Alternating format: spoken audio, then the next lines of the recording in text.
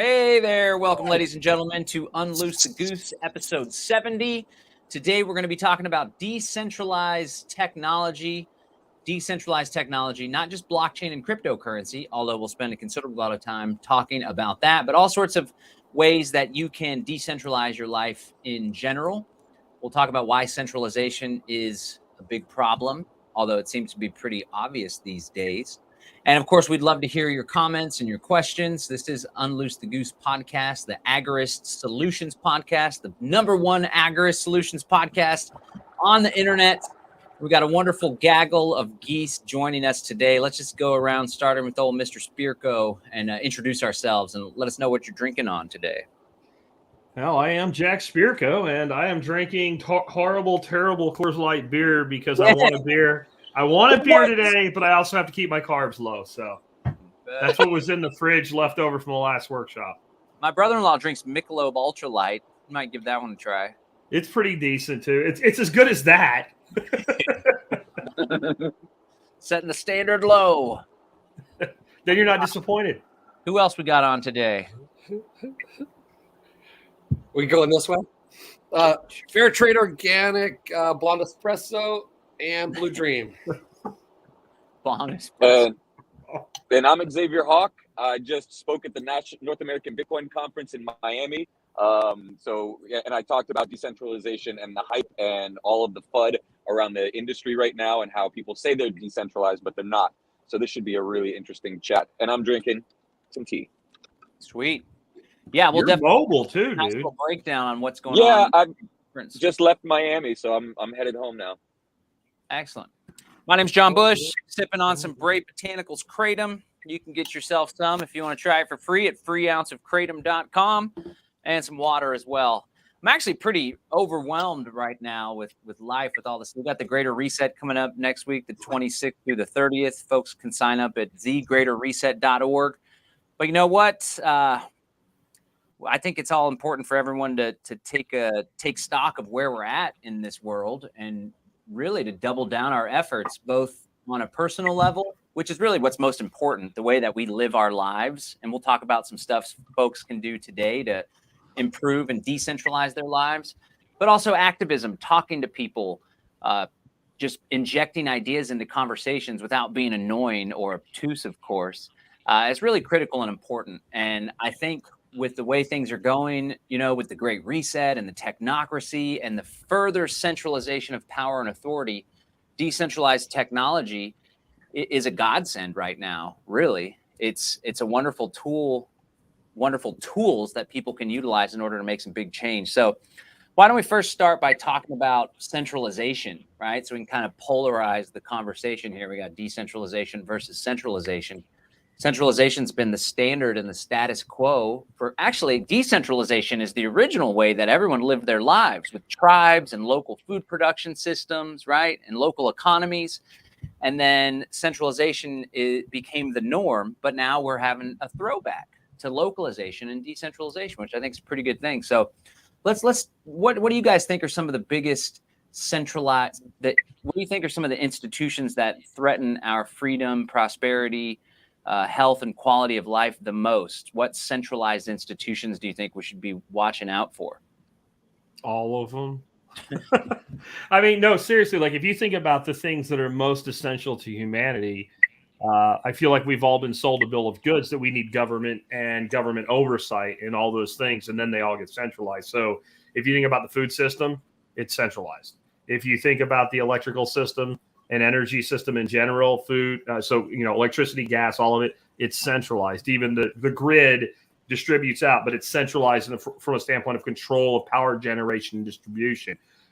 Medicine is centralized. The internet, largely, other than the blockchain technology, is centralized. Even when we have the illusion of decentralization, because you have Twitter over here and Facebook over there, it's still centralized. I'm not really sure there's an essential need of humanity that's not centralized. And I thought what was really interesting, John, that you said like the default was decentralization. And I mean, even when electrical really started rolling out in this country, it was largely decentralized because we didn't have a grid everywhere. So, I mean, I remember one of Jeff Yago's books he wrote on prepping for electrical emergencies and all. He kind of pointed out that, back in the day, some of the first people to have electricity in our country were farmers. 2 reasons. One, we had more farmers than anything else, right? But the other thing was they needed power. They needed energy, and they ran off batteries and generators. And it's interesting that it seems to me that every major essential need of humanity has moved to centralization. And I think it makes perfect sense if you're them, because the thing you want to control is everything that people need. And then that way they become dependent on you. Yeah. Yep, that's literally how it works. I mean, all of the systems that run the vital systems, even oil, power, food, it's all gone into this. And it's because everything started organically, but then you need greater structure, stability to allow civilization to grow. And so every solution becomes the problem, right? Like, oh, we've got all of these grids everywhere. Nobody's using a standardization. Let's solve that problem, right? So that there can be more equity across the board, but then it becomes the problem. Just like, chlorine was the solution to everybody getting. There he goes. There he goes. Can't hear you. At least he has an excuse this time. He's on the road. We got to give him some. People don't want to let solutions grow. Is he frozen? No, there he is.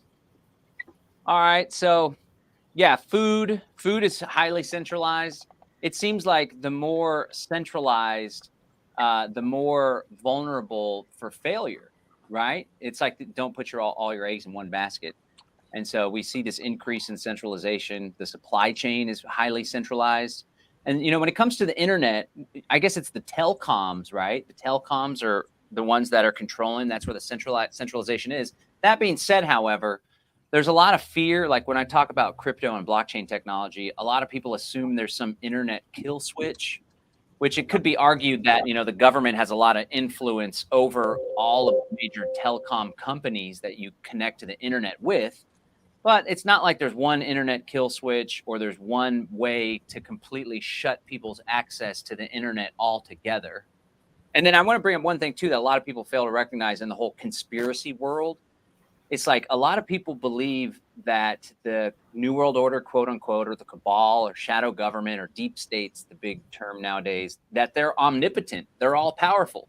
And there's other factors at play. Just because these elite, manipulators want to shut the internet off in a given area or worldwide doesn't mean that the companies that rely on folks' money in order to meet their shareholder demands are going to shut the internet off. Does that make sense? Y'all know what I'm saying on that one? Yes. However, in Kazakhstan, they totally shut everything down. Right. Yeah. But you've got a more centralization of it. So the government ultimately has power. And if they come into AT&T, let's say in the United States, and there's a big power outage or there's a problem, they'll come in and shut them down. And then they can try to sue them later. Right. They can try to sue the federal government later. But ultimately, when it comes down to flex time, they could if they really wanted to. This is something I actually talked about this today. I'll wait a little bit when we start getting into the myth about decentralization on the crypto space, because I got a lot to say on that. Cool. All right. Well, anybody got any other thoughts on the centralization of internet? On the kill switch thing, to a degree they do, because the average person's using straight up regular internet protocol, right? They're using the domain registration system, so. There's a lot of ways it really quickly adversely affect internet access in the United States. You start looking at things like Starlink, though, and then people learning how to use Tor and onion addresses and all. And I don't know that genie can ever go completely back in the bottle, but they certainly could very easily suppress internet communications, right? I don't think they could shut everything down like one kill switch, but I think they could make it to where the average person wouldn't be able to do objectively scrap if they wanted to pretty quickly. Right now, I don't know how long we're going to stay that way. Well, one cool thing about America compared to Kazakhstan, for example, is that it's a big freaking area. And there's a lot of competing factors. And then Kazakhstan, I imagine, has one strong, powerful central government. And we talked about this, I don't know what it was, a Goose, or I've been mentioned this before. Back in my political activism, we thought that the 10th Amendment and American federalism was an absolute joke. And it's yeah, right. Nobody pays attention to that. But now with all this Right. COVID-19 stuff, we got a lot of states that are really pushing back. So Yeah. it's Yeah. possible some states would be like, no, we're not going to allow the whatever hubs are in our state to be shut down or whatever. That's a good thing about the states. It's big.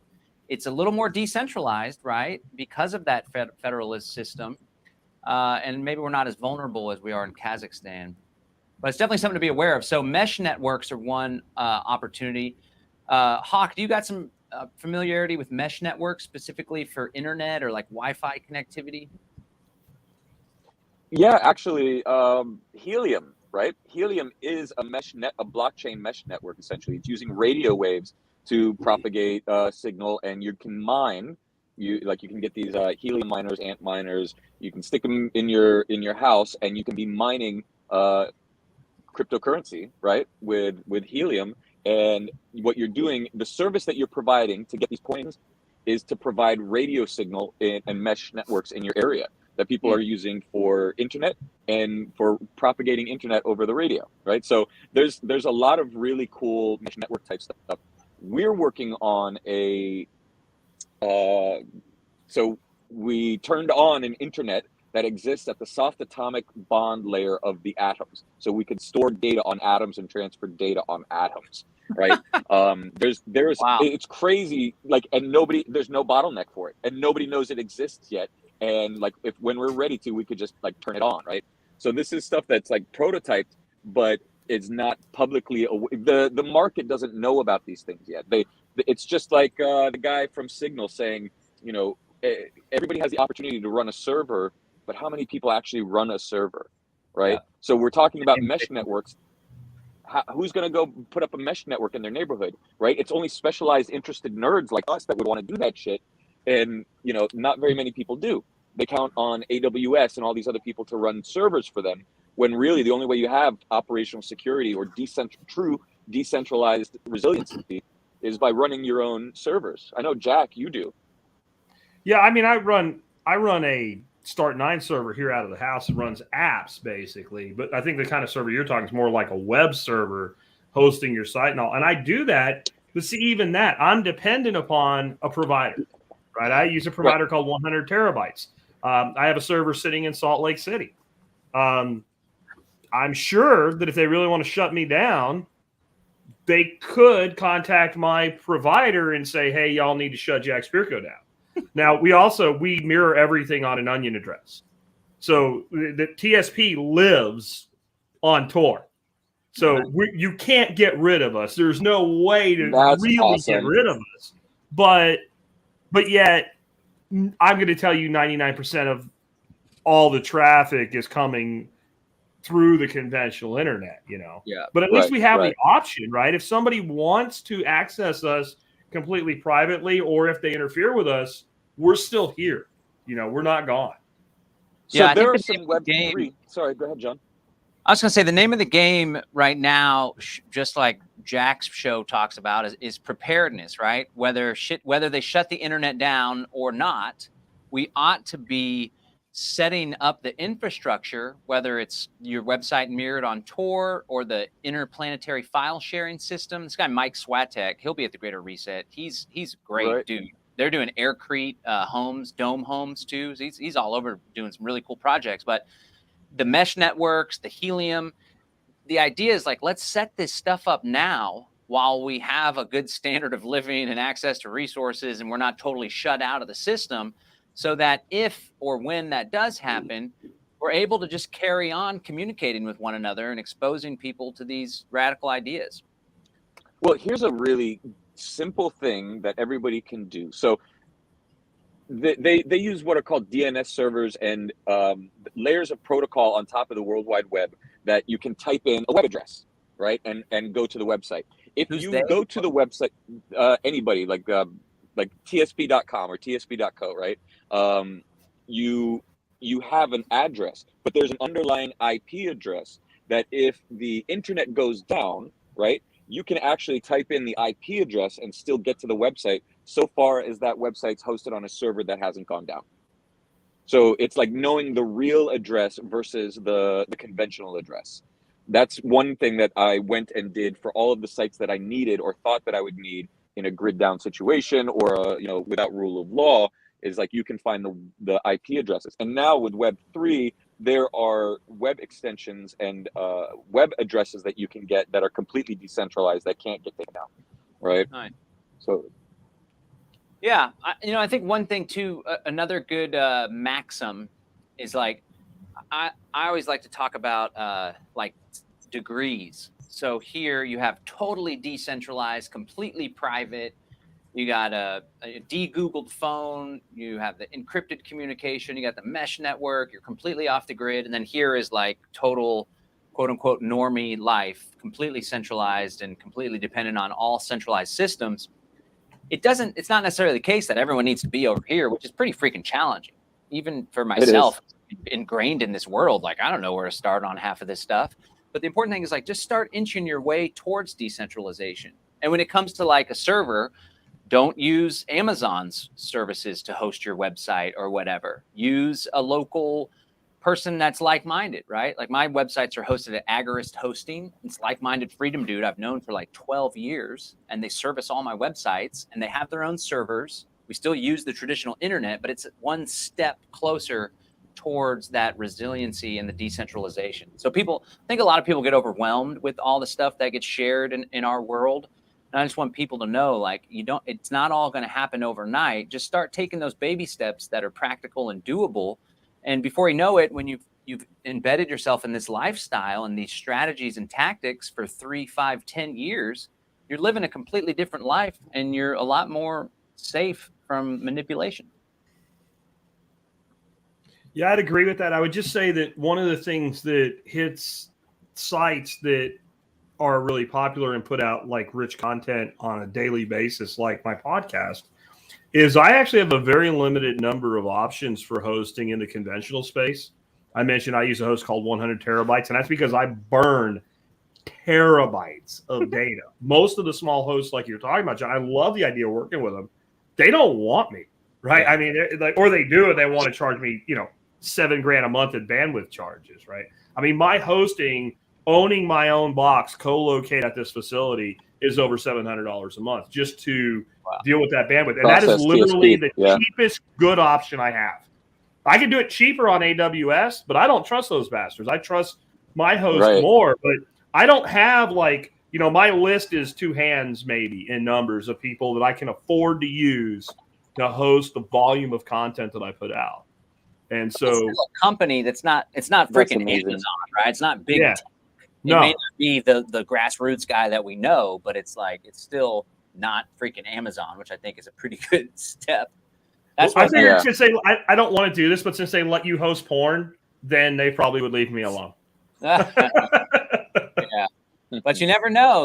You never know. Controversial stuff. We could be enemies of the state one of these days. Yeah. Guys, we're not by now. I guess they got their hands full with all the freaking January 6th type folks and militia type folks and old Stuart Rhodes who just got indicted.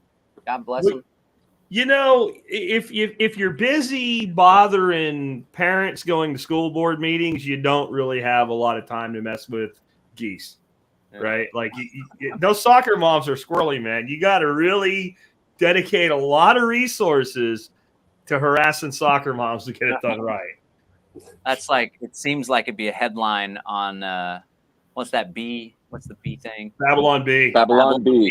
No, it's legit. No time for militia as soccer moms dominate FBI resources. I think the cool thing about agorism is that, and I had this revelation recently, it's like the state is threatened by folks that try to overthrow them or go face them head on, right? We're just we just want to be left alone. We're just going to go do our thing over here. We're going to homeschool the kids. We're going to use crypto. We're going to we're going to do a garden bed. We're not protesting or marching on the Capitol and stuff. So it's less provocative. It's less of a threat, I think. In reality, it's the biggest threat to their power. But I guess they don't really recognize that just yet. They probably will, though, when our numbers swell. All right, so let's go ahead and talk about blockchain, right? I definitely want to spend time talking about other forms of decentralized technology because we've definitely beaten blockchain to death on this program. But, Jack, do you mind if I share my screen? I got something that I think is really insightful. No, go ahead. How do I let me pull it up? There you go. It should show up there now for you. Yeah, I can do that. Hold on. Add to stream. Cool. So I did this Build Wealth opt-out webinar recently. A lot of people attended. It was a great success. And I try to really simplify the explanations for stuff because a lot of folks in my audience, they're older. They're not very comfortable with computers or even smartphones, let alone freaking blockchain technology.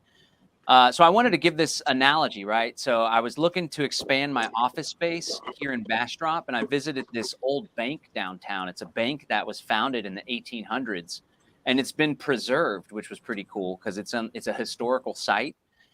So I didn't end up renting it because they insisted that all of this furniture get kept. For the podcast audience, it's a picture of an old bank, literally preserved in time for 100 years. It's really freaking cool. So I started looking around and found they had all of their books, all of their ledgers, right? And so to understand blockchain technology, really what it is a public ledger. And ledgers have been utilized all throughout history as a means of record keeping and popularly as a means of keeping financial information. Who has what money, who has what debits and what credits and when they send it and what their account balance is, right? And so this is an example. It's Chase National Bank. You can see the registers 1932 here at the top. You have your debits, you have your credits. There's a reconciliation down at the bottom. And so the big innovation of blockchain technology is unlike Chase National Bank or the Federal Reserve Bank or the United States Department of Treasury or Wells Fargo or your credit card company, you don't have to trust a bank in order to maintain the authenticity, the accuracy, the legitimacy of the ledger that shows who owns what, who sent what to whom, and how much their new balance is. And I don't know if folks remember, like HSBC was recently laundering money for the drug cartels. Wells Fargo was recently shaving money out of people's checking accounts, and it wasn't Wells Fargo like the board of directors decided this, but people that work for Wells Fargo were able to take people's money and move it to their own accounts and stuff.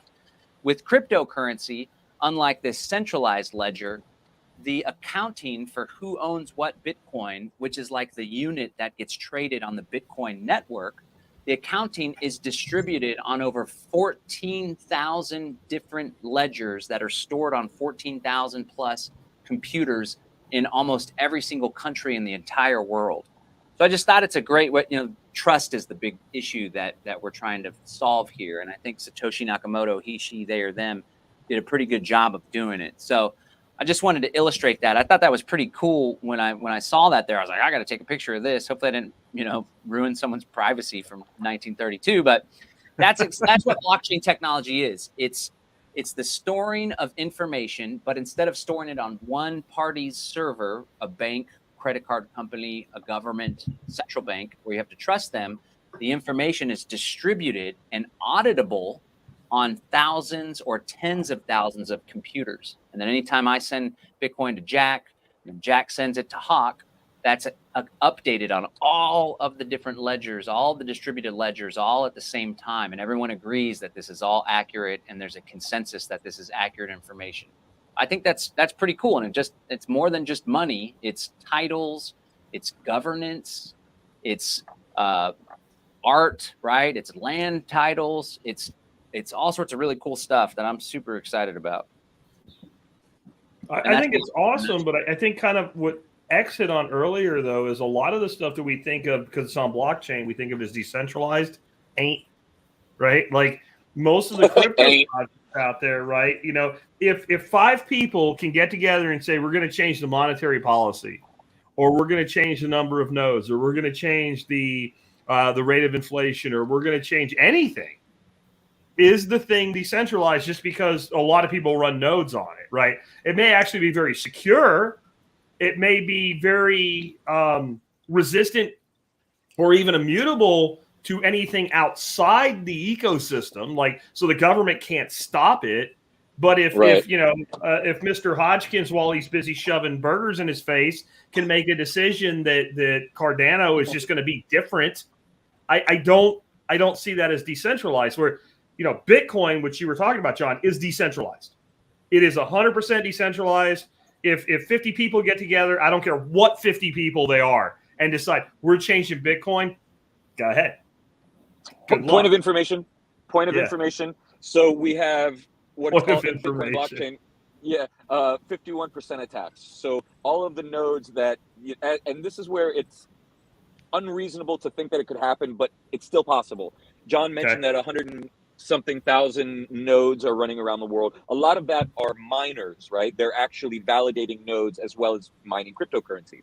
If the majority of them are owned by China, which they are, and those people decided they were going to fork Bitcoin, right, and create Bitcoin Cash or something else, they could, but it takes a lot of cooperation to do that. So it's more resilient than a bank.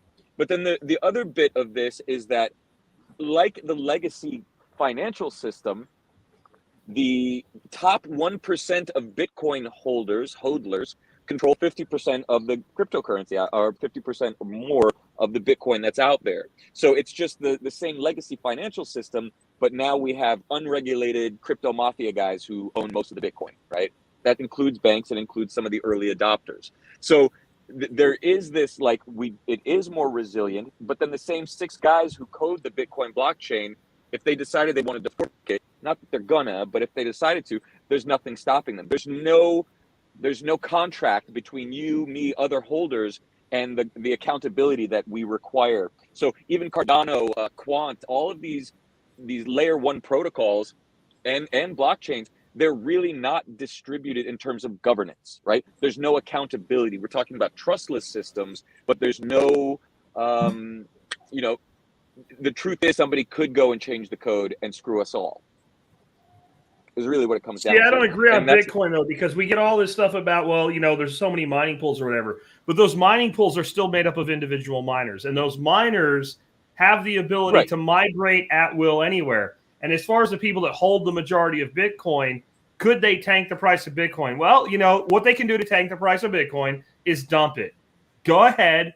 We'll buy it. And after the dump's They're not over, gonna, exactly. then we'll They're have not it. gonna. And then, so basically you're saying that this guy can cut his own dick off to spite us, right? Like, he might, but I really don't think it's a good idea. In the end, he'll bleed, I won't. Right. But for a fact,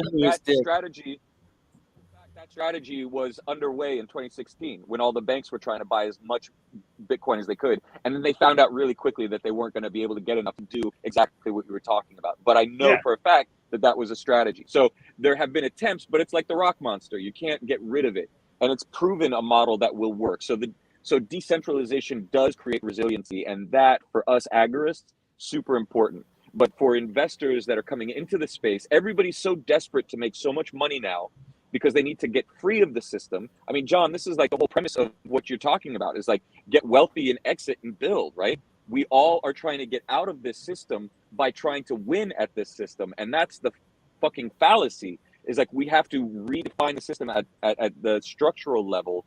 And that's where the right developers, the right teams could really make a difference here in the blockchain space. I think one of the benefits that Bitcoin has going for it over Ethereum and Cardano is that the creator disappeared.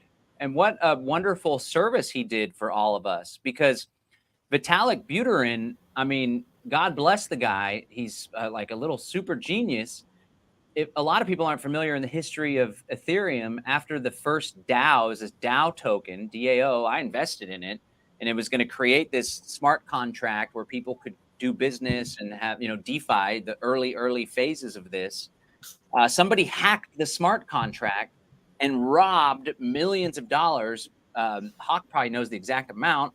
And then Vitalik Buterin and $60 million worth of Ethereum tokens, and Vitalik Buterin and a group of developers and miners, they came in and they rolled back the blockchain to make that as though it never happened. Mm-hmm. Now, of course, the people that were robbed were really happy about that, but there's a lot of people that are like, hey, man, these are supposed to be immutable blockchains.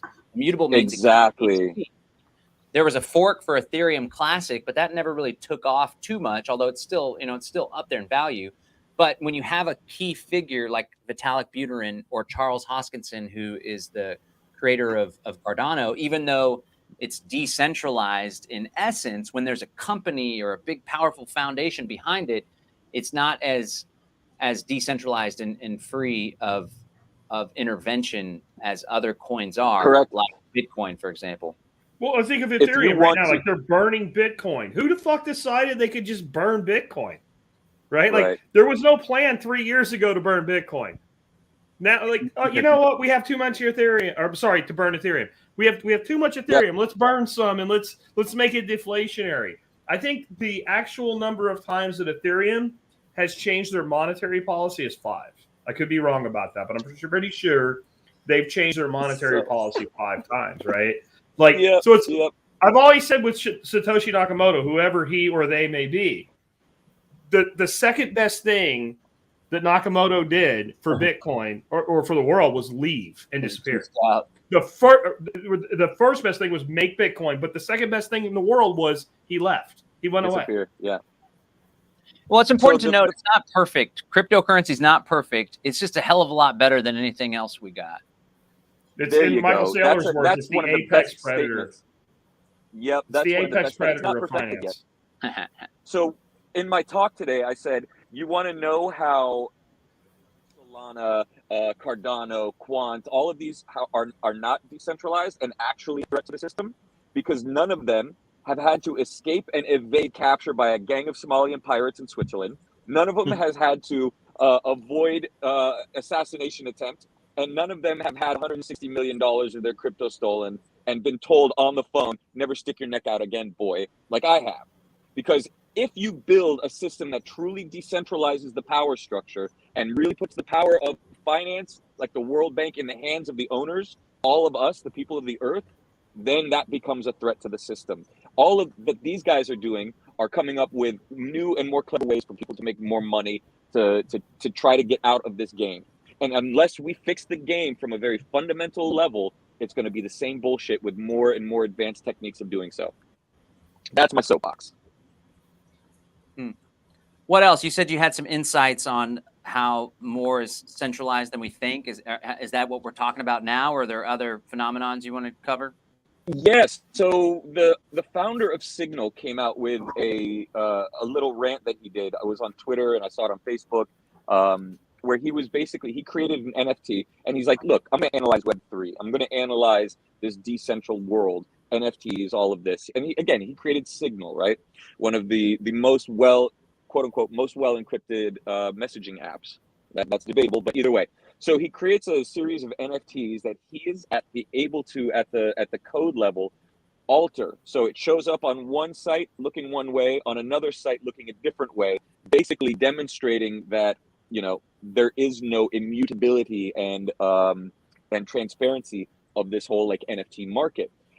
And so much so that I think it was either Rarible or OpenSea like canceled his account, just destroyed his NFT and kicked him off, right? Something that they're not supposedly allowed to or able to do. And it kind of put the illusionary bubble, you know, that this is all distributed technology kind of on blast. And not only that, but there's 2 companies that deal with, I think it's Infuria and Alchemy. And these are 2 companies who have centralized web servers. And anytime your MetaMask wallet or your Trust wallet go and interface with the Ethereum blockchain or any other, they're run through one of these 2 companies, which are centralized companies, which if their servers go down, all your NFTs disappear and all of your wallets like MetaMask and all of these other companies disappear.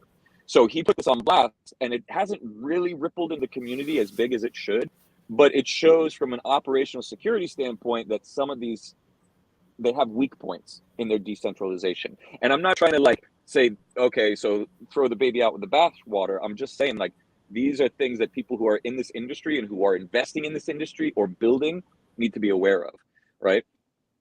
Yeah, and it's still early on, so, you know, 100% covering the vulnerabilities and the weaknesses. But nonetheless, even if MetaMask connected through this centralized server and then that server went down, as long as you have your private keys, you'd still be able to access those NFT tokens, right? Bingo. Yes, you could.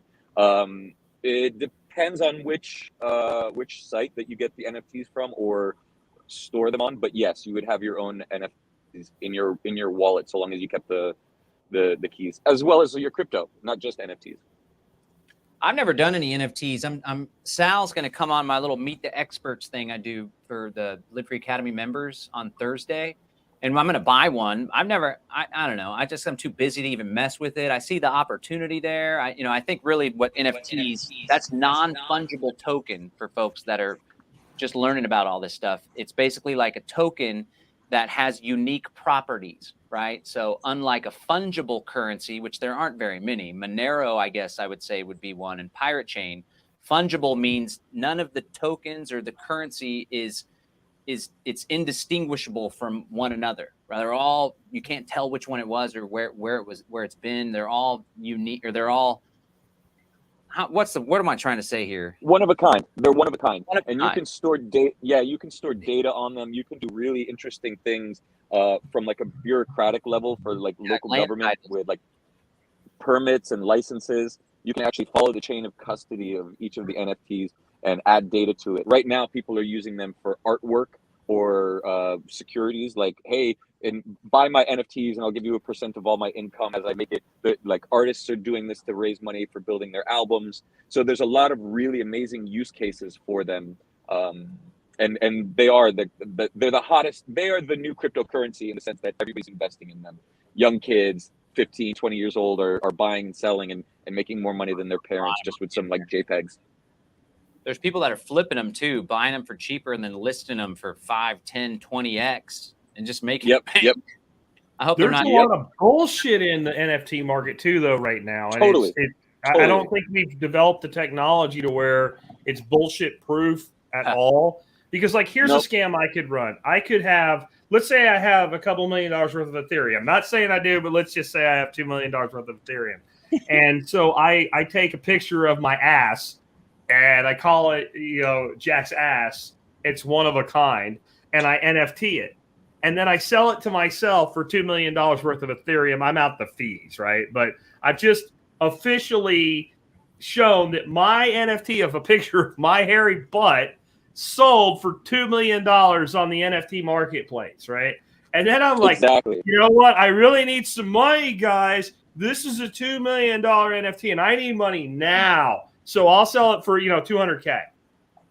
Right. And shit that is happening. And it's also being 100%. Used to collateralize like rollouts of other cryptos. Like I love the technology as a thing, but to me, and I don't even understand some other simpler shit. Like what prevents me from NFTing, this friggin' cartridge adapter right here on 4 different blockchains?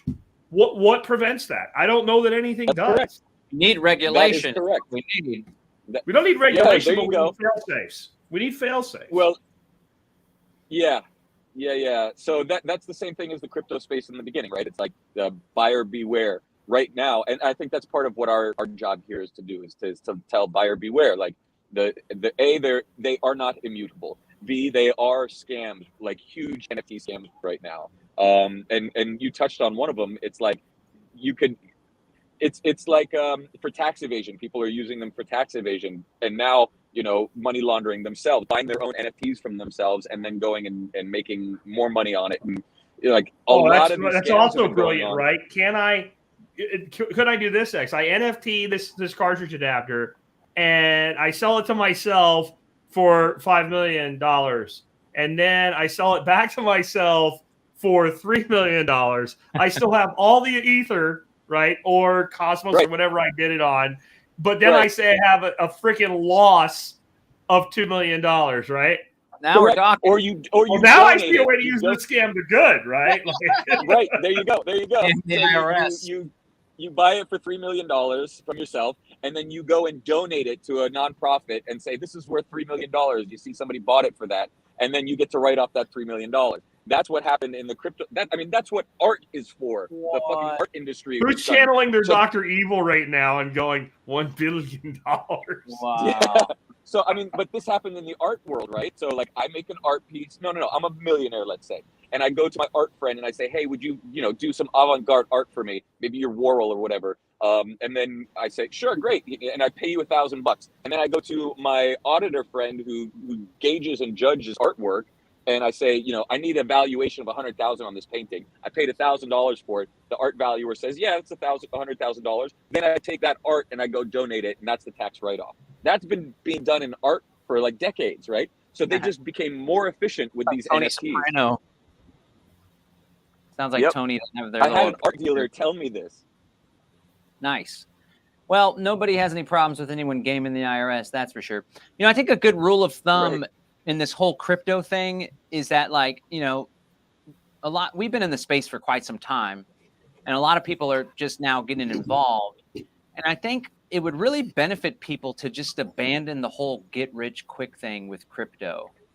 That's not very wise anyway for building wealth, the whole get rich quick, it's a long game. It's a marathon, not a sprint. And okay, hold on.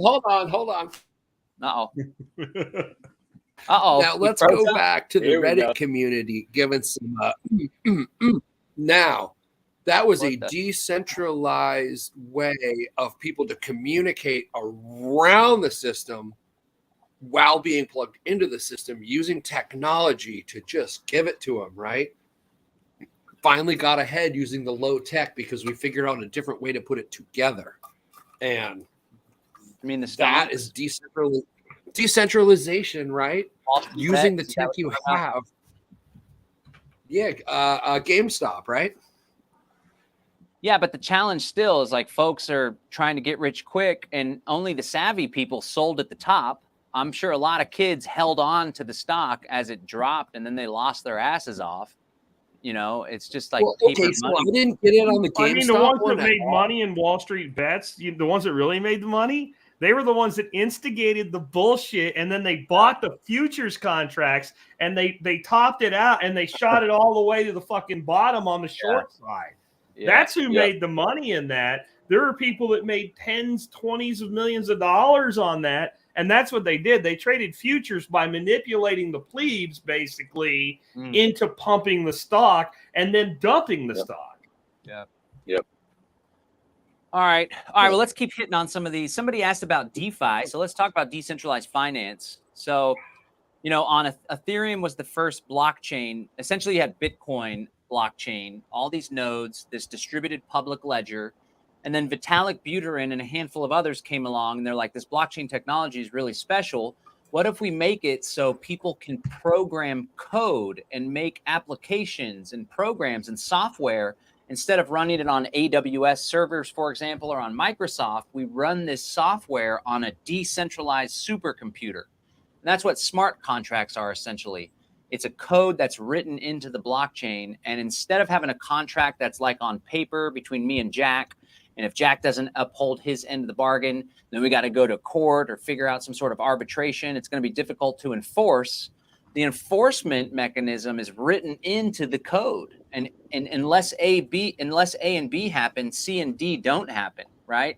And so that's what a smart contract is. And there's multiple different uses for it. And one of them is this concept of decentralized finance, which is essentially much of the stuff that people take for granted with centralized finance, like lending and earning interest, borrowing money and paying interest, derivatives, insurance, a stockbroker, right? Everyone used to go into a company or a bank or a service, Schwab or whatever, Fidelity. Don't go to him. Now you can do many of those mechanisms on the blockchain. And I personally have put up some crypto as collateral and used it to pay my house, right? So you put up the crypto to the smart contract, then you borrow against it, you earn interest on what you supply to the smart contract, and you pay interest on what you borrow. But that usually almost cancels out to where I was paying like a 1% interest rate, 0.2% interest rate. So I did that to pay for my house. I did that to pay for the down payment on my solar panels. I did that to pay for the down payment on my Tesla Model 3. And I paid it back. I was a good steward because there's no schedule for most of these. You just pay it back on your own time. And then once you pay it back, you do that get your crypto back. on which platform? On which platform? On Ethereum, or did you do it on Nexo? Like there's a lot of great opportunities. I did it on Ethereum using Compound. These are called dApps, decentralized applications. And I got to tell you, the fees. So if I were to just send 0.5 Ether to Hawk, I'd probably pay like $20 to $30 in gas fees. But It's the insane. fees to do decentralized finance and smart contract shenanigans, sometimes it's like $100, $130. So you really got to just be patient and time it, or make bigger things. Like I was borrowing 5,000, 6,000 at a time. So the $100 fee is less substantial than if you were doing 500 and paying 100, which is like 20%. But it really Right. represents a lot of opportunity, especially for folks that have a good stash of crypto. Because let's say you have a good stash of crypto and then you have a baby and you want to add a new bedroom to the house. And this is going to cost $150,000, where you got $300,000 worth of crypto, or 400,000. If you were to cash that out and you bought it when it was like worth 30,000, now it's worth 300,000, you have to pay some serious capital gains, right? And a lot of people talk about agorism and stuff, but in reality, it's pretty hard to move a lot of crypto without having to go That through amount, you're not doing it because you're converting it to fiat, right? So then you're gonna leave a trail that you're gonna have to account for, or they're gonna get you. Maybe not today. They'll probably wait 3 years to get you so they can slap interest and penalties on it. And now they own you for the rest of your life, or you're going to Club Fed. Yeah. So with DeFi, instead of just selling it and using it, and then you got to pay capital gains, you can borrow against it. And because you're lending yourself money, it's not a taxable event. It's super freaking groovy. So there's that benefit. And then it's like you can store your money and wealth in a finite cryptocurrency that is most likely going to go up. It's deflationary rather than inflationary. And so you can store wealth there, and you can still gain access to that capital in order to live your life or in order to do projects. And my aspiration is to stack so much crypto that I can use this DeFi thing to buy freaking properties and tiny homes. I got a little ways to go, but there's no reason why we can't pool our big crypto resources together. Go to some of these folks that were crypto millionaires when Bitcoin was $100. That always blows my mind. Like, there's folks that are like Roger Ver, for example. That guy's old school. He was a crypto millionaire way early on, and now it's like 43,000. Who freaking knows how loaded that guy? He's super generous with his stuff, by the way. He sponsored our Greater Reset. He sponsors a lot of our stuff. Really great guy, total anarchist. But yeah, that's one of the mechanisms of DeFi. And then you have these decentralized exchanges where you don't have to do KYC. And it's just people providing liquidity to a particular pair. And there's a lot of opportunity for this. It seems like it kind of got covered up by the popularity of NFTs, right? Everyone's talking about DeFi a few months ago, and everyone's talking about NFTs and stuff, but really freaking which is cool. actually to our benefit. Why? Because the masses are all going to go blow up the NFT stuff while we're here changing the world with DeFi? Exactly. So what you just talked about, I think, is one of the most powerful tools that the whole ecosystem has managed to come up with, is the ability to earn greater amount of interest on your stake assets, right? That I was saying that there's this app and company called Nexo where it does automated lending, right? So you can stake your coins, but you can also, like you probably did, take a loan out. Now, they're, I think, a more centralized version of what you're talking about. But there are pools where you can get like huge returns by enabling trading pairs, right? Doing liquidity pools. And basically what you're doing is you're keeping your money there, or your different cryptos, and letting it accrue in value while it's being used to provide loans to other people as collateral without risking the actual asset. So those are margin loans, basically, right? Those are margin loans, basically. That's not like borrowing money to pay for an upgrade in your house or whatever. Those higher returns are from, I'm loaning John money. I don't know it's John. I'm putting it into this pool, but basically I'm loaning money so John can trade on margin. Now he's fully collateralized, so I'm not going to lose. If he blows up, I get my money back. But the reason those interest rates are high is because they're used for short-term trading. Yeah, a lot of people like margin on a typical stock trade is like 7.5%, but you can borrow money for your house at like 2%, right? Yeah, so so it's it's way leveraged up in crypto. Like some of the stuff is, pools are paying 20% or more. Can I pull this up, Jack? I want to show some of these rates just so people see, like, I'll add it for you.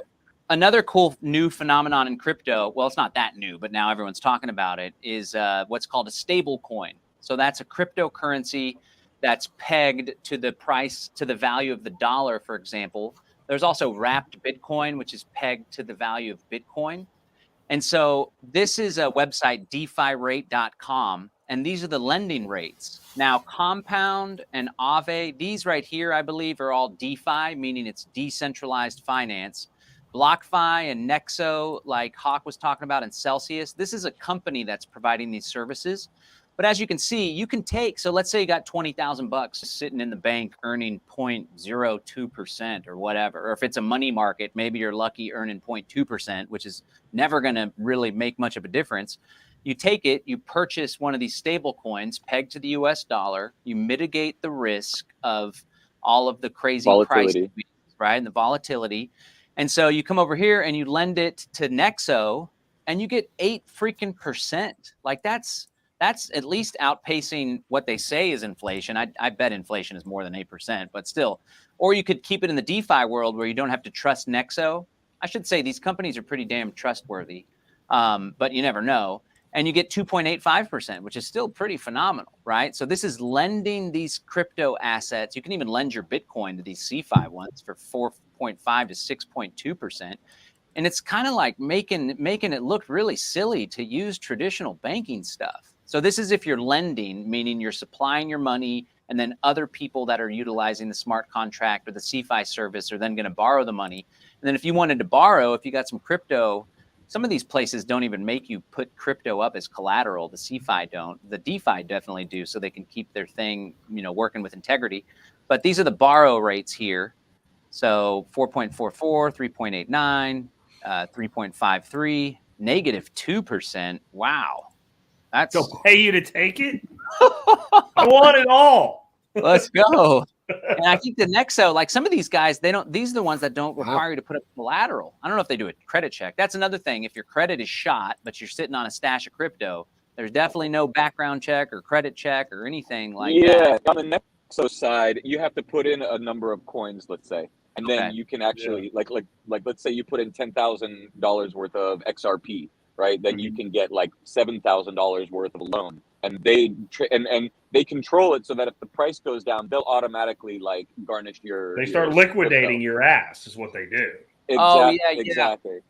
That's the biggest risk in the DeFi or the CeFi. So with Compound, what I used, there's a 75% collateralization ratio, which means if I put up $100,000 worth of Ethereum and I borrow $75,000 worth of stable coins, and then a week goes by and the value of that Ethereum now drops to 95,000, another player in this decentralized space comes in and liquidates my contract. They purchase my my collateral, and then I get to keep my 75% stable coin, but I lose my original collateral. So the tip is make sure that you're not getting anywhere close to that 75% collateralization ratio. And as I've been doing it, I started off with just a stash of Ethereum and I borrowed against it. But now I have Ethereum, I have wrapped Bitcoin, and I have some stable coins in there to kind of make it a little more of a conservative thing to level out some of the volatility that goes in there. So don't be stupid. If you're doing it for the first time, start really small. Like don't go in and take out a $50,000 loan or something crazy. Just start small so you can get a feel for it and make sure you're conservative. I think that's a good idea for wealth building in general. Be conservative, but be persistent. Don't go, the more risk, the more reward. But we're not in this for a quick win. I mean, some people may be. I'm in this for the long haul personally. So. Well, I mean, think of it this way, John. Let's say I wanted to buy a piece of property for $200,000 and I had $1 million worth of crypto. I would have a loan to value ratio of 20%. I'm probably pretty safe. Yeah. Right. Especially if I went in right now, well, the market's already retracted. Right. And then I still have my crypto at the end of the day and I pay the loan back, which I would have had to do if I took it from a bank. Yep. But I also have no income, where if I sold 20% of my crypto, it's gone. Yep. Right. And I'm paying tax. And it's gone. But this is another reason why we need stable coins, right? And that people miss because people think, well, it's just good for trading. So like I dump some Bitcoin because it's really high. and I want to buy it back, and I want to hold something stable in the middle, say it's a stablecoin. Totally valid. Original reason it came out, absolutely. But in these loan relationships, what I don't want to do, I don't want to borrow Bitcoin. I don't give a fuck what the interest rate is. If I have long-term debt, let's say 5-year debt on a car, I don't want to borrow Bitcoin and have to pay back Bitcoin plus interest. I want to leverage Bitcoin and borrow dollars that are inflationary, right? Because even if Bitcoin were to stay level over that period, but inflation, real inflation is somewhere in the neighborhood of 15%, I'm ahead 15% per annum by borrowing against it and not liquidating my position. Yeah. But my concern for the whole market space is there is so much leverage on leverage on leverage on leverage on leverage. And I think someday there's going to be this big ass day of reckoning, and it's going to be really bloody for a time. Yeah. And my other concern is, and this I guess comes into our discussion with decentralization, I believe that a lot of these altcoins are not decentralized by anybody's definition who's honest. And I think we're looking at regulation coming in this year. Correct. And I think a shitload of these Cardanos, right? And I'm not just picking on Cardano, just like things like that are going to have a reckoning, and the government's going to go, actually, you are a security. And I don't think they're going to like totally nuke everything, because it's now, you take Bitcoin out at $1 trillion market cap, it's a $1.5 trillion space. Unless you want to cut your own dick off again, you really can't just kill that. But I think they're going to come in with some sort of like middle ground. Okay, you're not a security like Dow Jones, NASDAQ, but here's all the things you're going to have to do to comply and fit under this new umbrella. And they'll probably give them a number of years to adapt to that. And when they do, I think, the 90% of altcoins that are garbage are done. They're gone. And I think that's a good thing long term, because a lot of them are crap. I mean, a lot of crypto really has no use case scenario. It's not necessary. We don't need 800 versions of Cosmos, Cardano, Algorand. We only need a couple. And so the ones to me that have put aside dollars, as horrible as that sounds in the crypto space, and have a war chest, that when they're like, okay, you have like $5 million you have to put up in, compliance bullshit, they're going to have the money and they're going to be able to survive. But the question is, how many of them have done this? Like you have, altcoin XYZ, so I'm not picking on Hoskins anymore. And the whole purpose of that is so there's like 900 freaking other projects underneath in their ecosystem, and they can't do it, and they all start nuking themselves, and they all start going away. Now, what's the purpose of this thing? What does it do now? Does that make sense? Yeah, it's just it's market, and I hope the cool thing. Well, I'm sure this is how it'll pan out. Unlike the banks and the housing crisis, these crypto companies aren't going to get a government bailout. They're going to be happy to see them go. And just like you're saying, I'd be happy to see them go too. There's like 9,000 freaking cryptocurrencies out there, and 98% of them should be avoided like the plague. I agree. Now, what's going? Your pirate chain's not faring too well in the market these days. Yeah, old Jack. Yeah. Why is that? I mean, the technology still works, though. It's still private. It's still useful for what its intended use is. But if you bought it like I did at 8 cents, you're pretty happy. That's right. You're pretty happy right now. If you bought it at $12 during the Jeff Berwick pump, you're maybe not as happy. You guys know what that is pirate right now? I have no idea. Goose. That is a goose. Yeah, right up there. Oh, There's wow. a goose right up there. Yeah. He knows. Oh, shit. It is a goose. Nice. It is really a goose. That's amazing, huh? All right, sorry. He doesn't give a fuck. But I think what hurts pirate more than anything else right now is listing on exchanges, right? Huh. So, the only exchange they're on that has, instant liquidity and anybody can use it and it just works is CoinEx, and they're not that big. I think if Pirate was on Binance or Bittrex or something like that, that it would be a much more valuable token, but it is completely private. And yep. I mean, one thing I'll say for them is what I just said about a lot of these projects going away when this regulation comes out. One thing they did that was very smart is they took some of their money and they invested it in a lawyer or a team of lawyers actually that came up with they're already ready. They already have a brief as to why they're fully decentralized. as to why, there was no pre-mine, there's no allocation. It was a fair launch. It basically is a Bitcoin clone in a way. Now, I have some concerns about it truly being decentralized because I understand how it works with the Komodo validators, which we don't really need to get into. But overall, I mean, I like it. I love the fact that we can transact completely privately. But I think the biggest suppression in price is they're not on any major exchanges. Jack, they're on KuCoin now, KuCoin, which isn't major, but it's better. Medium. It's a mid-level exchange. Yeah. That's a good one too. Those are folks that like are wanting KuCoin. to do privacy. They don't do KYC and stuff. You can't go from dollars to get your crypto, but if you put some Bitcoin or Bitcoin Cash in there, you'll be able to get Pirate Chain privately. Well, here's a clever way of doing it, right? So let's say you go to Coinbase. So there's a fallacy about Tether, right? Tether is like, oh, there's enough dollars to back the price of Tether, but there's not. Like there is not like $40 billion worth of dollars behind Tether right now. And the auditing team that was responsible for validating, yes, that this is worth that, has quit, right? So there's some FUD around there. And then USDC is Coinbase's coin, right? So these are two of the big stablecoins that are out there. Now, so you just need to be aware that like some tectonic shift could happen and tank Tether. If that were to happen, it would ripple through the whole market and terrify everybody, right? It would have repercussions that we can't imagine all of them right now.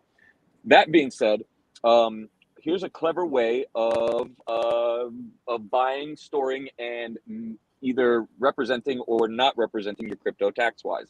You go to Coinbase, you buy your coins into Tether, and then you take Tether coins and you go to KuCoin or CoinX or any of these other exchanges where you don't need to KYC, right?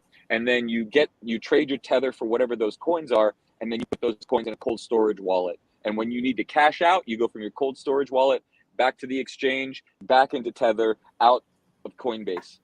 Because then you're not showing any gains or losses, right? Okay. But it's Tether the whole time? Sorry, I missed part of that. I was messing with something over here. No, you get your Tether and then you go from Tether to whatever coin you really want. Like whenever you're going from fiat into crypto or from crypto into fiat, do it through Tether, because then there's no fluctuation in price. There you go. Yeah, and that's one of the big benefits of the old stable coins. Somebody earlier in the comments was asking, how do you find payback terms on these loans? And the beauty, this was something that puzzled me, but I finally figured it out. Like a lot of the DeFi platforms, there are no payback terms. You just don't get your collateral back until you pay the loan back.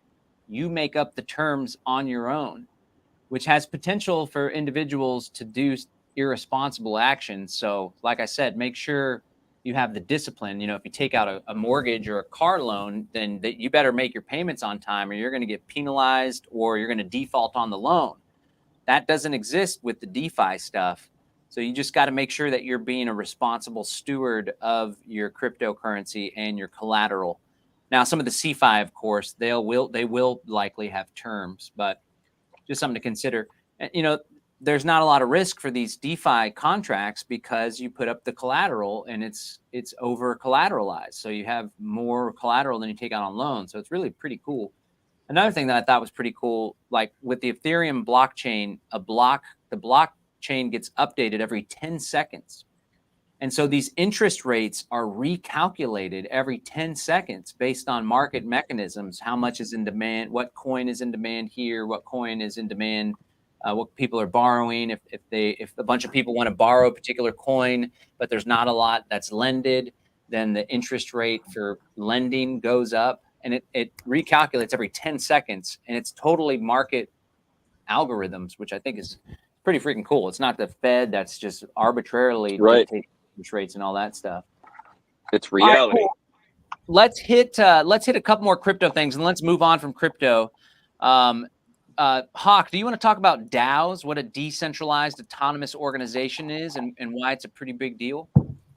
Sure. So this goes into governance and is essentially the whole the real reason for a company like Firon.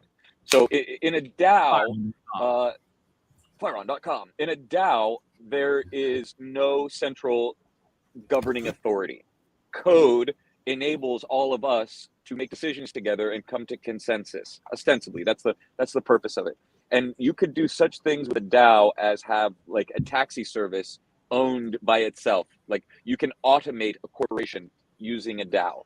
There's another a real great use case for it is like the Miami DAO, who've asked me to run their DAO and to host it on Firon, and that is to distribute donations that are given to the people of Miami, and everybody gets to vote on who and how and why it gets spent on where. And that's ultimately the premise of Firon. So you could take a corporation like a taxi service and totally automate it and have it just purchase its own through smart contracts, purchase its own taxis, and get the cars serviced and stuff, and literally turn a corporation into a robot. And that's one way of using a DAO, and another way is to enable all of us to make decisions together through consensus modeling and voting. And that's really what DAOs are valuable for, and they're sort of like a hot button term like Web 3.0 and NFTs and metaverse right now, and people don't fully grasp what they're capable of doing, right? And so it really comes down to distributed governance, and for us to be able to truly decentralize ownership of a thing like a corporation. Yeah, and there's Wyoming, they're very cryptocurrency friendly. They recently passed legislation that recognizes DAOs as a legal entity. So there's actually a city, I think they're calling it City DAO, where they're coming in and people are purchasing plots of land with Ethereum, and they're getting these DAO tokens. And I guess the implication is that the city, instead of being governed by a city council, is going to be governed by the people that are stakeholders and landowners in the geographic area. It's pretty freaking cool. There's somebody here close to me in Texas, in Dripping Springs, just west of us. They're doing the same project, but an individual, it's not as sophisticated because Texas's laws haven't caught up. An individual purchased land. He's going to give the land to an LLC, and then the LLC will be the legal entity on the books. But I guess in the LLC's operating documents, it'll state that the DAO is the decision maker or the governance model. So it's pretty wild. Another cool implication for that, like I did business with the Dash DAO. Dash is a cryptocurrency. They used to say it was a privacy coin, but it's not really a privacy coin. And they have what's called a treasury. So you have nodes where you host the blockchain or you mine, but then they had master nodes where you put up like 10,000 Dash or 1,000 Dash. And those master nodes are able to vote on treasury disbursements. So every block, money gets allocated to a treasury. And then individuals like myself, you go and you put a proposal and you put the proposal on the blockchain, and the master nodes vote on it. And then if they approve your proposal, like we put a proposal together to sponsor the stage at Brave New Books, this underground liberty conspiracy bookstore I used to operate for a couple years, and it passed. And the cool thing I always share as an agorist is I was paid by a DAO. There's no law requiring a DAO to fill out a 1099 or anything on anyone. So, I mean, there may be in the future, right? Especially as Wyoming and places start to legitimize this, which has its pros and cons. But I always thought that was pretty cool. I was literally doing business with a blockchain, with the decentralized blockchain. And I thought that was pretty freaking cool. So, okay. On the veins just real of quick on that, like an application for a DAO would be this. I can't think of the guy's name now, but the guy that created Shapeshift, whoever the hell I can't remember his name. Voorhees. Yeah, Voorhees, right? So inside the infrastructure bill, basically everything is going to be KYC in the future. Like they're KYC in every exchange. You're going to have to stay in business. And he's like, yeah, we don't want to do that. So they're dissolving the corporation that is Shapeshift into a DAO. And is it legal or whatever to say we're not going to do it because we're a DAO? I don't know. But Voorhees is basically like, go ahead, stop it, do something about it. Like, I don't have any legal obligation to do anything to you because I don't own it. It's not mine. I have a token that says I get a say, but it's not mine. And they're actually moving all the employees that are willing to stay on board, which is like from the interview I listened to him with Peter McCormack, was like one of their employees said, no, I'm out. Everybody else is like, I'm in. I believe in what we're doing. I will take my compensation through the DAO as a stakeholder in it. And they're like, fuck you. We're not doing this shit. It's over and done. It's a DAO. And I can be off in, say what, Neo, Mexico, or down at Bitcoin City in El Salvador or whatever. And the DAO runs whether I'm there or not. So I don't own anything. And there's no, it turns an entity into sort of like a pseudo Bitcoin. And that the reason that all this shit exists, if government in 2012, once they figured out what Bitcoin was, could have shut it down, they would have. And if there was a building with a big orange bee on top of it, they would have cruise missiled that motherfucker if they had to shut it down. But there isn't one. Yeah. There's no place to go to do this. And that's kind of what DAOs are like. Like, I think even once you establish a DAO, well, like, okay, so John, you're the head guy in the DAO. We'll prove it. We'll prove it. Like, it's a token. Maybe I gave it to Brian, right? Maybe Brian's the head guy. I don't know. Maybe I lost it. I don't know. I can't. But, I mean, he was flat out like, this is what we're doing, and we're never, ever going to ask our customers for their information. I love it. That dude's a badass. He's old school. And him, like Roger Ver. He's OG, man. They're deep into crypto, and then they're totally philosophical anarchists, and they do their best to live that life. Like Roger Ver rescinded his he got put in prison for a couple years for selling really big firecrackers, basically. Other websites sold him. Apparently it's because he like gave this speech at a Libertarian Party thing where he was running for office, and there was an FBI or ATF agent in the audience, and he was ragging on the ATF. And then they're like, we're going to prosecute this guy. And he went to jail for a year. Political prisoner. Out, he's like, okay, I'm rescinding my citizenship and moving to Japan. F you guys. But I appreciate they're old school, they're crypto, and they're freaking anarchists, and they're still doing really cool shit out there in the world. All right. So, okay, before we finish, we got like 15, 20 minutes left. Let's move away from the crypto unless anybody else has anything they want to throw out there. All right, let's talk about energy. Jack, you brought up energy before, and I didn't even think about that when I say I was prepping for the show, but literally it was like 5 minutes before we went on or whatever. Anyway, I recently got solar panels. I think that's pretty cool. We're still tied into the grid. And originally I didn't want to be tied into the grid. I don't have a choice because we already had utility and there's regulations about that. Like if you buy property and then you build a home, you can set up completely off grid.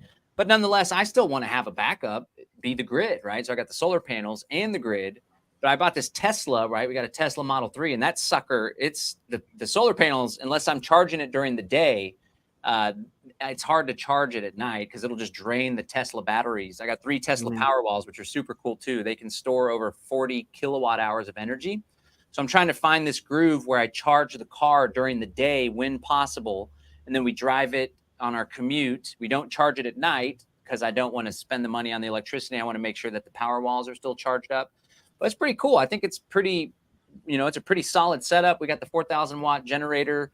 I inherited it from my uncle who passed recently. I still haven't tried it out, but it's always good to have these redundant systems, right? Jack says 2 is 1 and 1 is none. So Jack, do you want to share just in your experience what some good decentralized energy, decentralized food, decentralized homestead technology is, so folks can keep their life? Well, you're there, right? So you have these power walls, so you're able to generate power, and assuming you can generate more power in a day than you use, then you have storage. And if it goes into the Tesla, as long as you're generating more during the day than you use in total, you've lost nothing. You've moved from this battery to this battery. Yep. And see, I think this hybrid model, that's what you're using as a hybrid model. And I think it's really the way to go because not everything about centralization is bad. What's bad about centralization is if I have a switch and I can throttle you or control you, then I can manipulate you, right? And I can manipulate price and I can do all types of things to control society. But if you now have the ability to generate some of your own power, then your challenge is going to be either to figure out how to generate enough that you don't need the grid or throttle you used to you can get by without the grid. Yep. And if you can do that, like the fact that you've plugged, honestly, the way that we should be managing a system like you have, which is, I'm jealous, I'll admit it, is that you don't see your Tesla as a drain on your system. Your Tesla is another power wall. Yep. That's what your Tesla is. It's a fourth Powerwall. And you either can use the energy back out of the Tesla onto your house or to go down the road and, I don't know, torment Xavier, what have you. But like everything we do with homesteading works around this decentralized model. Like, so a centralized model of food production is all the lettuce is grown in Texas and California. We grow almost all, those two states grow like 90% of the lettuce consumed in the United States. And I don't just mean iceberg. I mean like all your salad greens, right? When I say lettuce. And so you have this centralized food distribution system that has these two production meccas of California and Texas. They consolidate into warehouses and distribute to the whole United States. So you put in a hydro system, an aquaponics system, a garden, name it however you want to do it, and you grow your own lettuce. Well, now you've decentralized your lettuce consumption. Does that mean that you can't, oh, you know what? I'm having a slow week on my lettuce production. I didn't sow my thimble that Thomas Jefferson said. Thomas Jefferson said this, every American should sow a thimble full of lettuce seed once every 2 weeks. And they'll always have nutrition. They won't have calories, but they'll have nutrition, right? So I didn't sow my thimble full of lettuce. So I can go down to the centralized system and I can draw from that when I need to. But the less I draw from that, the better it is for everybody. The better it is for me, because I don't rely on it. The better it is for Brian, who's not off the grid, because I'm not now competing with him for that resource. And the better it is for the grid because it has less to serve, but still plenty to serve.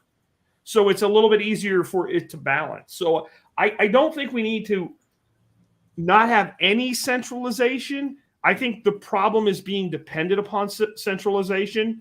And you mentioned the 2 is 1, 1 is none. So the way that continues, though, is 2 is 1, 1 is none. For me, 4 is more, 5 keeps you alive, right? So like the more options you have when it comes to where I draw in from, the better off that I am. And so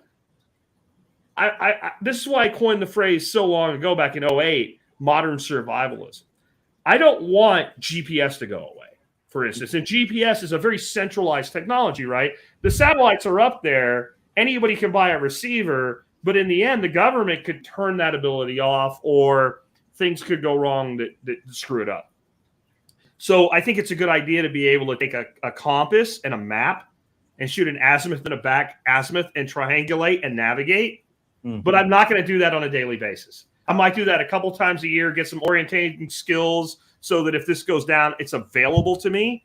But in general, when I'm going somewhere and I don't know how to get there, I'm going to plug the address into my phone and I'm going to use the centralized system to do that, right? And I just think creating these options where we don't always have to rely on this, or if this goes away, and this is symbolic now of any centralized system, is still there, whether it's the grocery store, it's actually the cell phone that it is that I'm holding up, or any other system. And to me, that just, I don't know, it just makes sense. Yeah, and it's a lot more palatable. It's a lot more attainable. It's not overwhelming for folks because there's some people that are out here like, live your entire life on cryptocurrency, right? And like, you're an asshole because you have a bank account or whatever. And it's like, man, I could live my life on cryptocurrency, but it would kind of suck, you know? But if you could go back to 2014 and not do that experiment, wouldn't you? Wouldn't you rather have you hodled back then? We'd be having this meeting and John would be on his Learjet right now. Yeah. So would I, by the way, I'm not picking on you. So if I had kept every Bitcoin that I had right now, I'd be like sitting in my Lear. John would be sitting in his Lear. Yeah. X and Brian would still be sitting right where they are. We'd be like laughing and we'd be on our way to Jackistan. No, dude, I'd have $160 million. I'd be like rolling. Yeah. Because you can go back and see the addresses and stuff. Yeah, I don't want to do that. It hurts. Yeah. It hurts right here. I saw the transaction where I sent 99 Ethereum to an Ethereum address without the 0x. And so if you leave off the 0x, it goes to some address. You go look on the blockchain. You're like, holy shit, where'd that transaction go? It goes to an address that's 00000. And there's a bunch more transactions on that address too. A bunch of fools like myself that made that mistake. I realized Elon Musk probably owns all of our freaking Bitcoin and Ether now. Ha! I'm an Elon fan. I like Elon. He gets me. I didn't say anything bad. I'm just saying, like, He thinks big. I get shit all the They time. pump for on the like Doge. I get a lot of shit for driving. the Doge shit is stupid. But I think this is my defense of Elon with Doge. It's an intelligence test. And people say you can't fail an IQ test. Yeah, you can. Yeah, you can. And Elon keeps giving that IQ test to people. Tesla accepts Doge. You know what? Peter Schiff accepts Bitcoin. It means nothing that an entity accepts something. Yeah. And by the way, for those that saw the thumbnail for today's episode, that is in fact Peter Schiff's face photoshopped onto Goldmember. And I did teach myself how to do that yesterday. You did that? I did that. I asked for like a week for somebody to do it for me. I'm like, fuck it, I guess I got to learn a skill. Oh, yeah. Nice. Good word. It's pretty funny.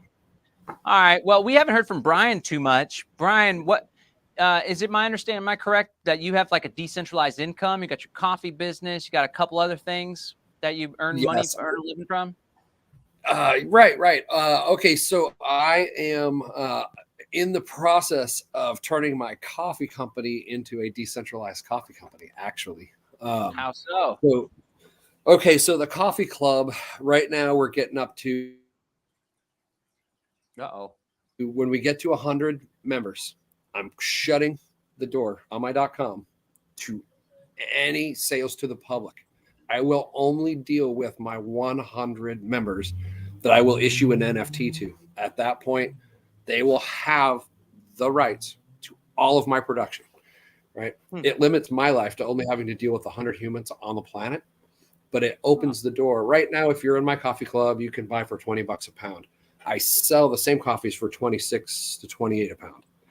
So you could buy all the extra you want, create art or label, and I'd ship it to you with your art or label. I can ship it out for you from here. So some people have already started to do that.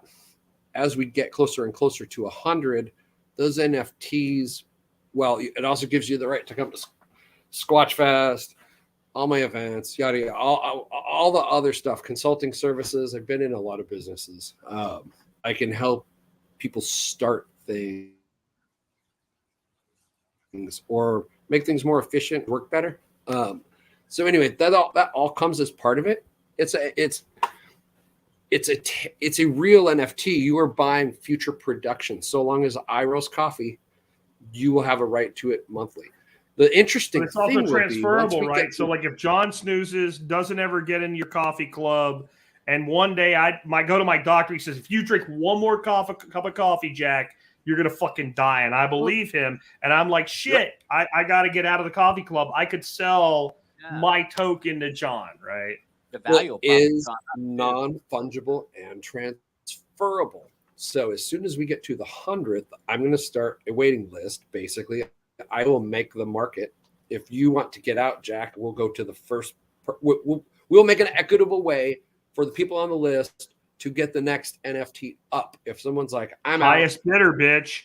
That's what it's going to be. The obligation, right, is you have to buy 2 pounds a month from me, or if you're on the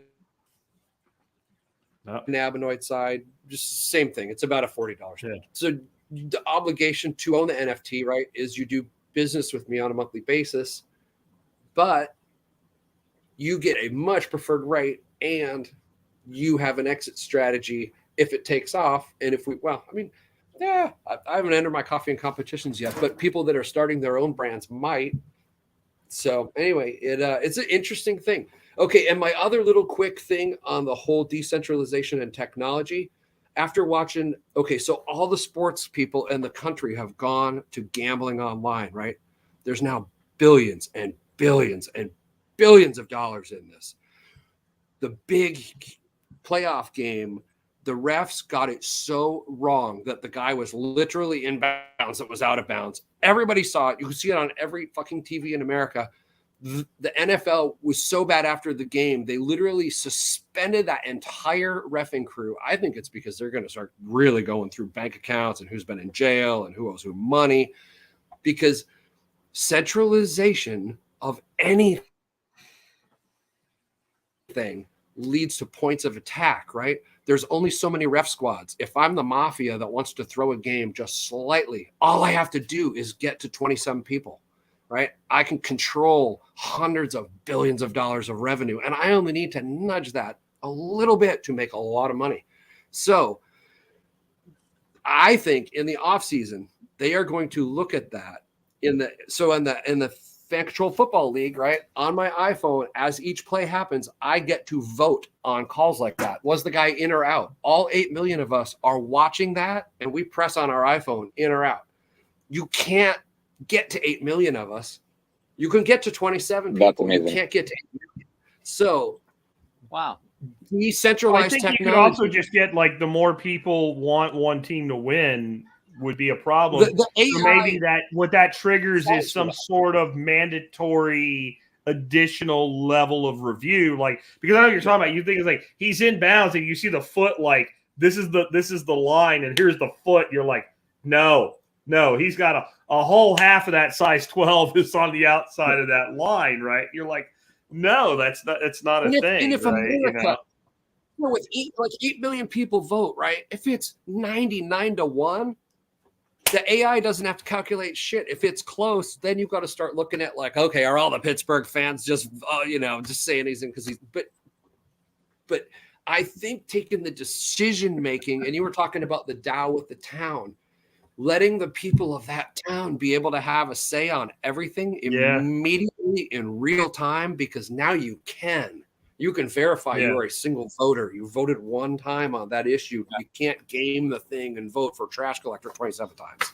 So and like on that, like with the Miami coin thing, see, the Miami coin thing is really a Bitcoin. It's like a version of wrapped Bitcoin. It's like a fixed. It's not 1-to-1, but it's a fixed exchange. So it's just using the Bitcoin blockchain. But what they're doing really is like, it's not really about having a say as much. It's more like a refund. So a lot of government, let's say parks would be one example. They're not 100% free to use. There's certain things you might pay to use as additional services or what have you. Or you might have like a city nature preserve, and maybe there's a $5 gate fee to get in, and they actually make a profit. Right, so they're partially taxpayer supported, but they're also supported by use revenue.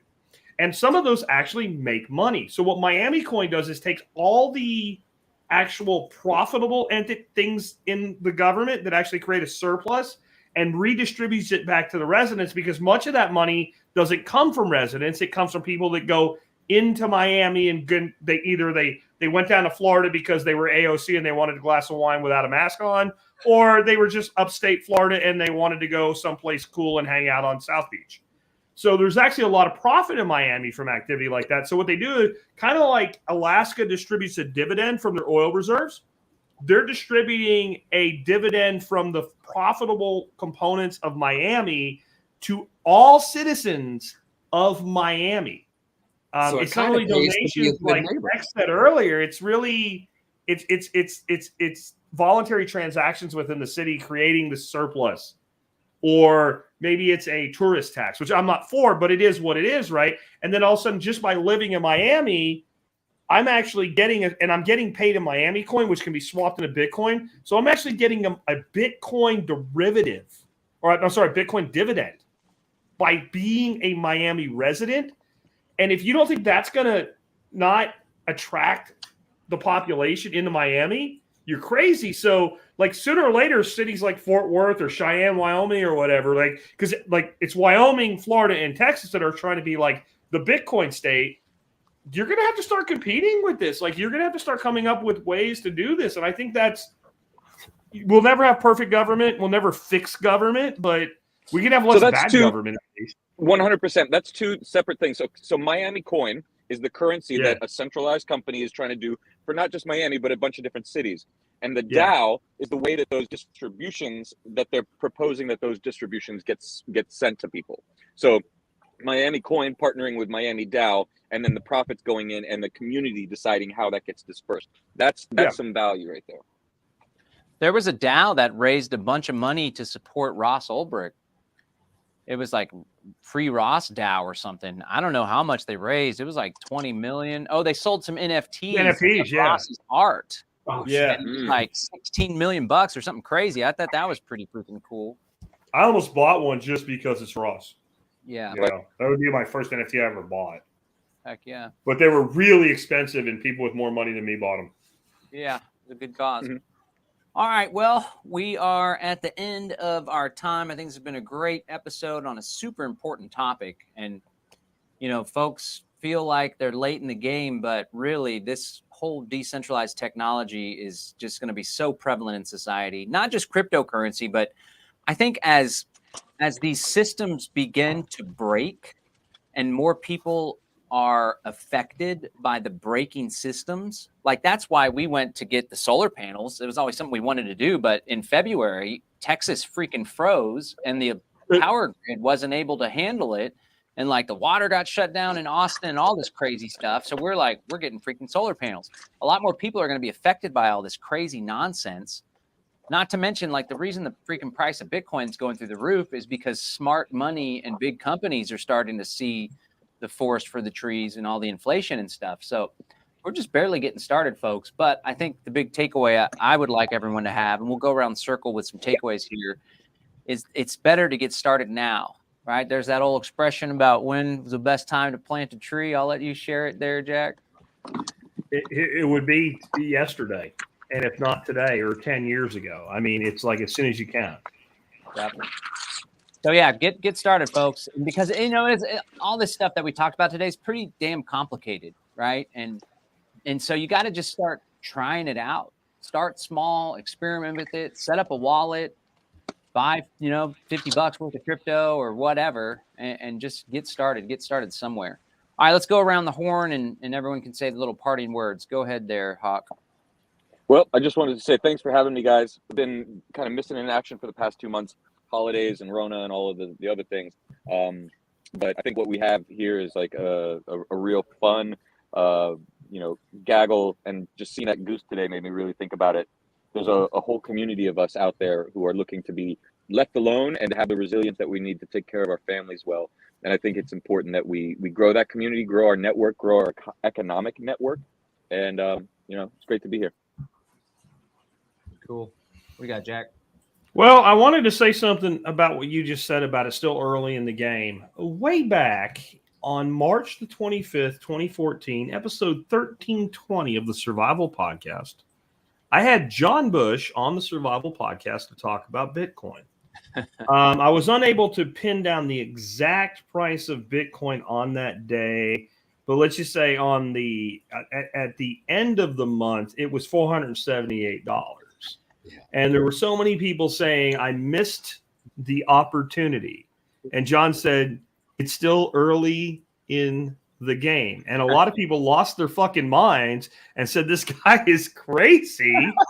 And like, there's no way Bitcoin goes much higher than this $478 or wherever it was at. And who might like to buy their ass some $478 a coin Bitcoin right now?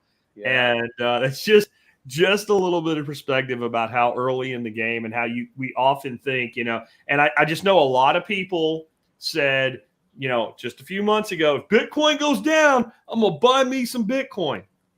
Here we are. Okay. Are you?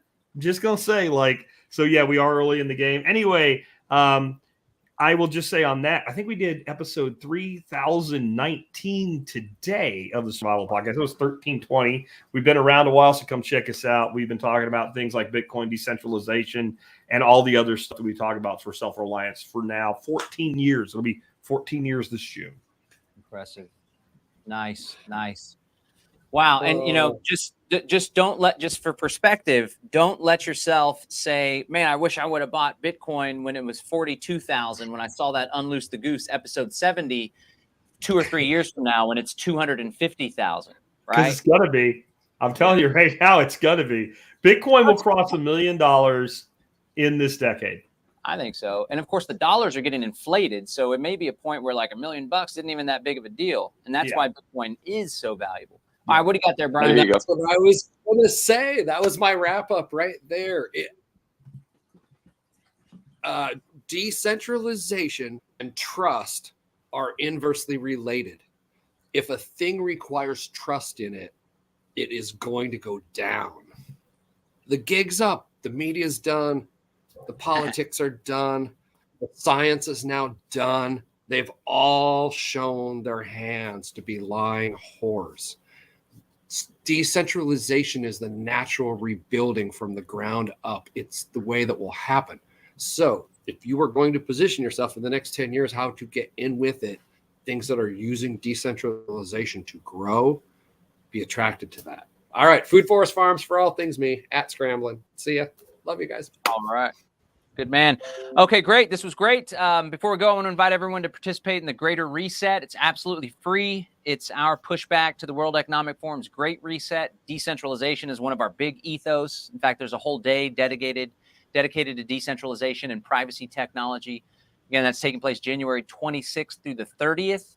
You can host an activation hub in your area and invite people to watch. There may already be an activation hub in your area. That's where folks are doing workshops and hosting a screening. And then if you want to come down to Central Texas, we have 2 hubs that are real close to the actual venue. And there's still room to join in Morelia, Mexico, if you want to go head down south of the border. Mexico, vatos locos way. All right, folks, that's a wrap. We're out. Until next time. Honk, honk, honk. Honk.